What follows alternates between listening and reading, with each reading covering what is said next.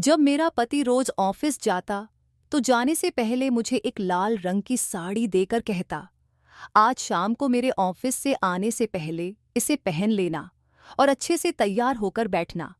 आज हमारे यहाँ बहुत खास मेहमान आ रहे हैं। मैं साड़ी ले लेती और शाम को तैयार होने लगती।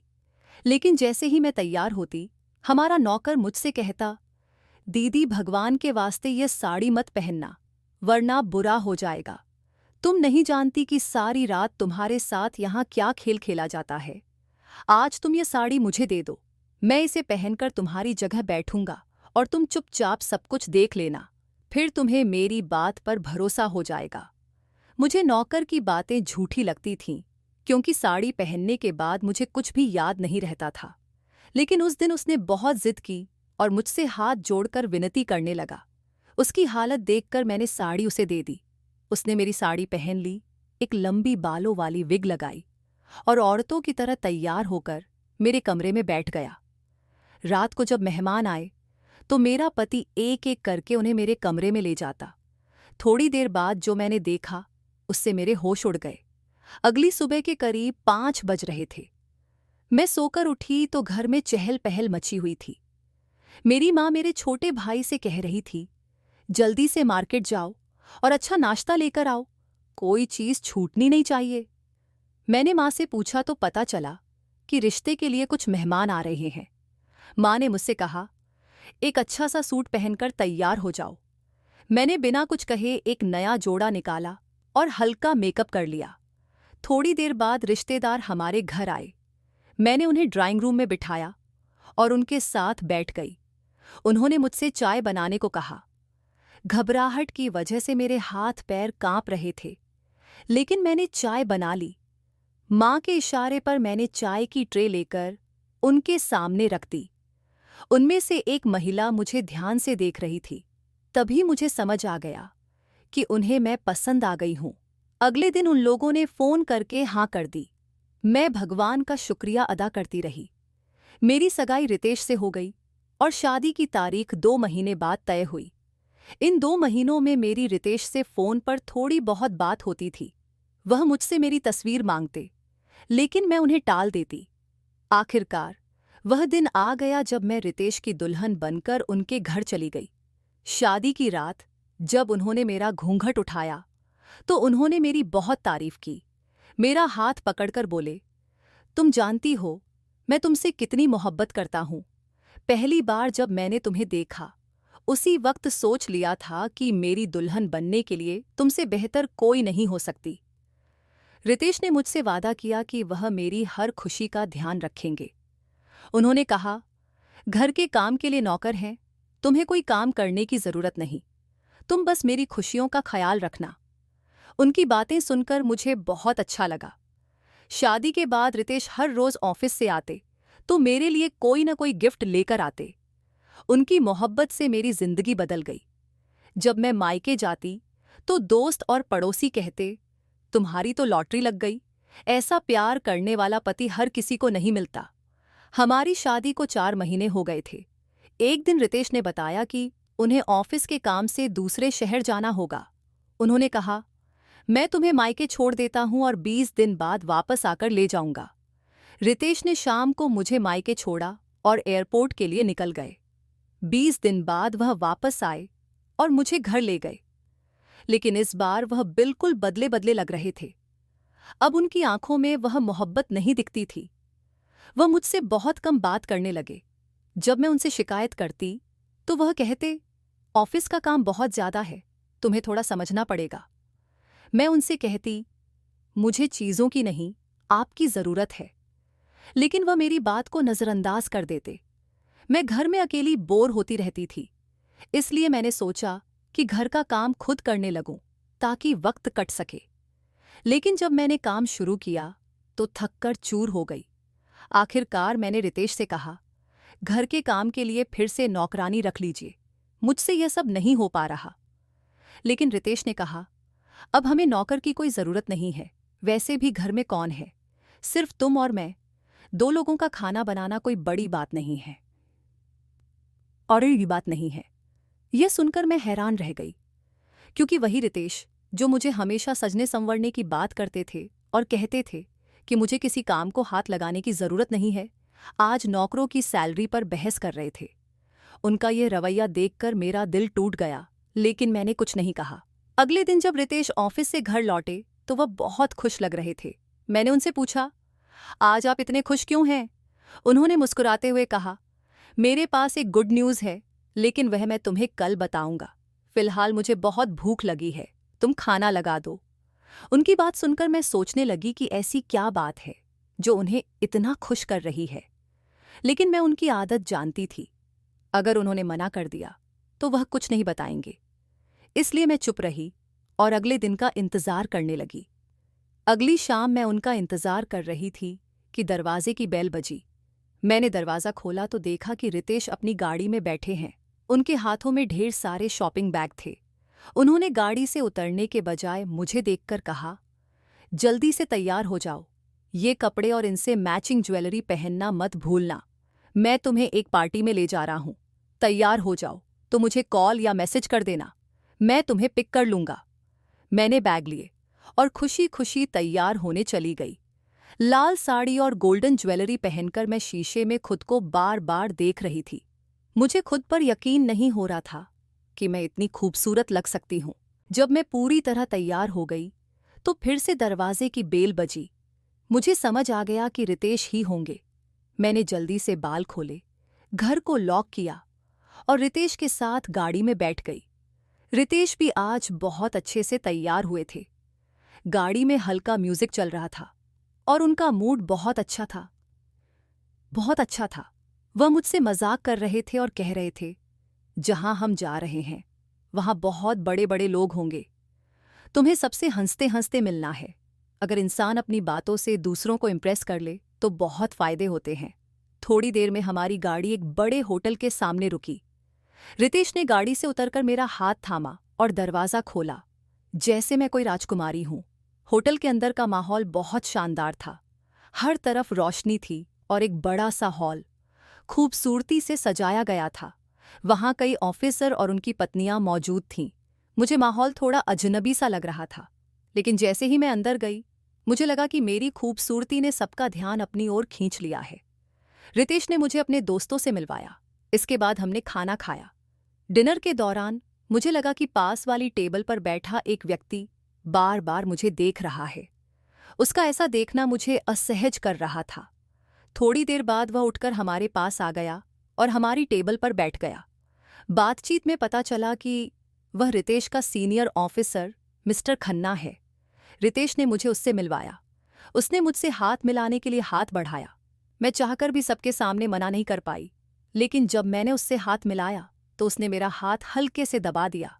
उसकी इस हरकत से मुझे बहुत बुरा लगा।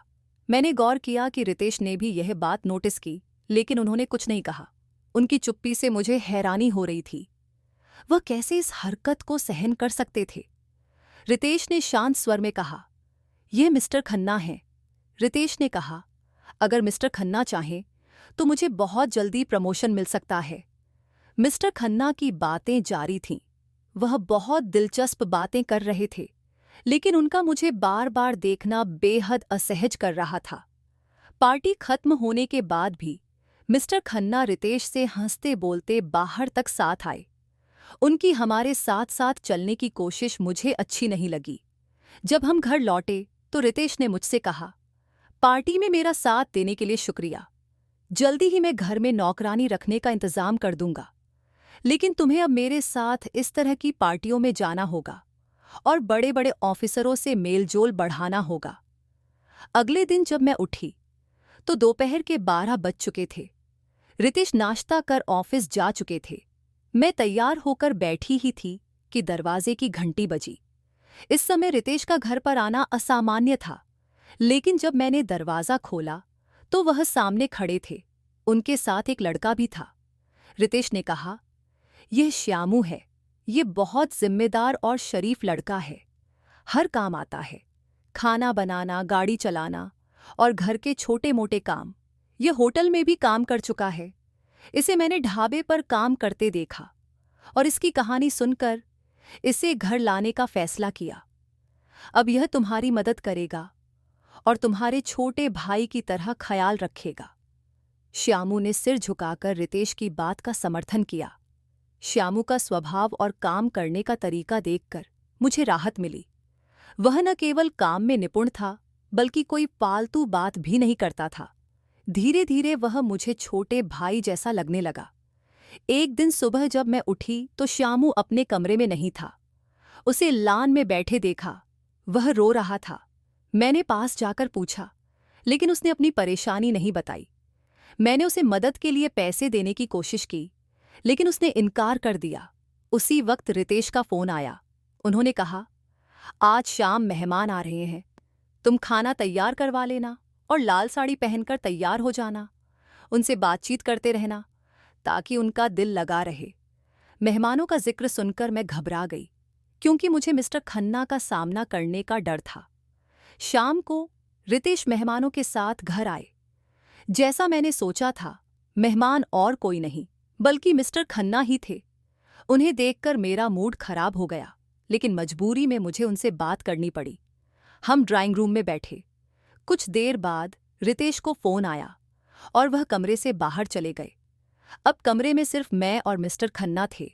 वह मुझसे अजीब अजीब बातें करने लगे, जो मुझे बिल्कुल भी पसंद नहीं आईं। जब रितेश नहीं लौटे तो मैं कमरे से उठकर बाहर जाने लगी। तभी मिस्टर खन्ना ने मेरा हाथ पकड़ लिया। उनकी इस हरकत पर मेरा खून खौल उठा। मेरा मन किया कि उन्हें थप्पड़ मार दूं, लेकिन खुद को संभालते हुए मैंने कहा, मिस्टर खन्ना, आप मेरे पति के सीनियर हैं। मैं आपकी इज्जत करती हूं, लेकिन अगर आपने बदतमीजी जारी रखी तो मैं चुप नहीं रहूंगी। मेरी बात का उन पर कोई असर नहीं हुआ। वह मेरे और करीब आने लगे। गुस्से में मैंने टेबल पर रखा फ्लावर पॉट उठाया और उनके सिर पर दे मारा। उनके सिर से खून बहने लगा और वह दर्द से चिल्लाने लगे। उनकी चीख सुनकर रितेश कमरे में आए, लेकिन मेरे समर्थन में खड़े होने के बजाय वह मुझ पर ही गुस्सा करने लगे। उन्होंने कहा, तुमने यह क्या कर दिया? अभी और यही मिस्टर खन्ना से माफी मांगो। मैंने गुस्से में कहा, मैं उनसे माफी नहीं मांगूंगी, उल्टा इन्हें मुझसे माफी मांगनी चाहिए। मेरी बात सुनकर रितेश ने गुस्से से कहा, अगर तुमने माफी नहीं मांगी तो मैं तुम्हें यहीं खड़े खड़े तलाक दे दूंगा। जब मेरे पति ने कहा कि अगर मैंने मिस्टर खन्ना से माफी नहीं मांगी तो वो मुझे तलाक दे देंगे, मैं हैरान रह गई। क्या कोई इंसान अपनी पत्नी की इज्जत से ज्यादा अपने दोस्त को अहमियत दे सकता है? मैंने तय कर लिया कि माफी मांगने का तो सवाल ही नहीं उठता। रितेश ने सोचा था कि मैं उनकी धमकी से डर जाऊंगी और माफी मांग लूंगी, लेकिन मैंने उनकी बात को ठुकरा दिया। फिर उन्होंने गुस्से में कहा, तुम तलाक के कागज का इंतजार करो। उनकी बातें सुनकर मैं स्तब्ध रह गई। ये वही इंसान था जो कभी मुझसे प्यार का दावा करता था। मिस्टर खन्ना, जो सब कुछ देखकर मुस्कुरा रहे थे, घर से चले गए। रितेश भी उनके पीछे पीछे गए। थोड़ी देर बाद जब वो लौटे तो ऐसा बर्ताव कर रहे थे जैसे कुछ हुआ ही न हो, लेकिन मैं टूट चुकी थी। मैंने अपना सामान बांधना शुरू किया और घर छोड़ने की तैयारी की। तभी रितेश ने मुझे कमरे में बंद कर दिया। मैंने बहुत कोशिश की, लेकिन दरवाज़ा नहीं खुला। थोड़ी देर बाद वो अंदर आए और बोले, जो कुछ मैंने गुस्से में कहा उसे भूल जाओ। अगर तुमने घर छोड़ने की कोशिश की तो अंजाम अच्छा नहीं होगा। तुम मेरे ऑफिसर को खुश करोगी और यही तुम्हारा फर्ज है। उनकी ऐसी बातें सुनकर मेरे पैरों तले जमीन खिसक गई। मैंने कभी सोचा भी नहीं था कि वो इतनी नीच हरकत कर सकते हैं। श्यामू, जो हमारे घर का नौकर था, ये सब कुछ जान चुका था। अगले दिन जब रितेश ऑफिस चले गए तो मैंने श्यामू से मदद की गुहार लगाई। मैंने उसे अपने परिवार की दुहाई दी। वह बोला, दीदी, आप फिक्र मत करो, आपकी इज्जत की जिम्मेदारी अब मेरी है। कोई भी आपकी तरफ आंख उठाकर नहीं देखेगा। श्यामू ने बताया कि रितेश ने अपने ऑफिसर को घर बुलाने की योजना बनाई है। यह सुनकर मैं पूरी रात रोती रही। अगले दिन श्यामू मेरे पास आया और बोला, दीदी, मुझे आपकी एक साड़ी चाहिए। मैंने उसे साड़ी दी और उसने उसे पहन लिया। साड़ी बांधने के बाद वह पूरी तरह औरत जैसा लग रहा था। उसने कहा, अब आप मेरे कमरे में जाइए और वहां से मत निकलना। शाम को रितेश अपने ऑफिसर मिस्टर खन्ना के साथ घर आए। कुछ देर बाद खन्ना मेरे कमरे में आए, लेकिन वहां श्यामू साड़ी पहने उनकी राह देख रहा था। अचानक मेरे कमरे से चीखने की आवाजें आने लगीं। जब मैंने दरवाजा खोला तो देखा कि श्यामू और उसके दोस्त ने खन्ना को बुरी तरह पीटा। मैंने श्यामू को रोकने की कोशिश की, लेकिन वह नहीं रुका। अंत में उन्होंने खन्ना को कमरे में बंद कर दिया और मुझे वहां से सुरक्षित बाहर निकाला। श्यामू ने मुझे मेरे माता पिता के घर छोड़ दिया। मेरे माता पिता मुझे दूसरे शहर ले गए। कुछ दिनों बाद मेरी शादी मेरे माता पिता के दोस्त के बेटे से कर दी गई। वह एक साधारण नौकरी करता था, लेकिन मुझसे बहुत प्यार करता था और मेरी इज्जत करता था। अब मेरा जीवन खुशहाल था। दूसरी ओर रितेश का बुरा अंजाम हुआ। उनके बॉस ने उन पर धोखाधड़ी का केस किया और उन्हें जेल भिजवा दिया। उनकी सारी संपत्ति जब्त हो गई। भगवान किसी को ऐसा पति न दे जो अपनी पत्नी की इज्जत को दांव पर लगाकर खुद को ऊंचा दिखाना चाहता हो। अगर आपको यह कहानी पसंद आई हो तो इसे लाइक करें, चैनल को सब्सक्राइब करें और नोटिफिकेशन ऑन करें। धन्यवाद।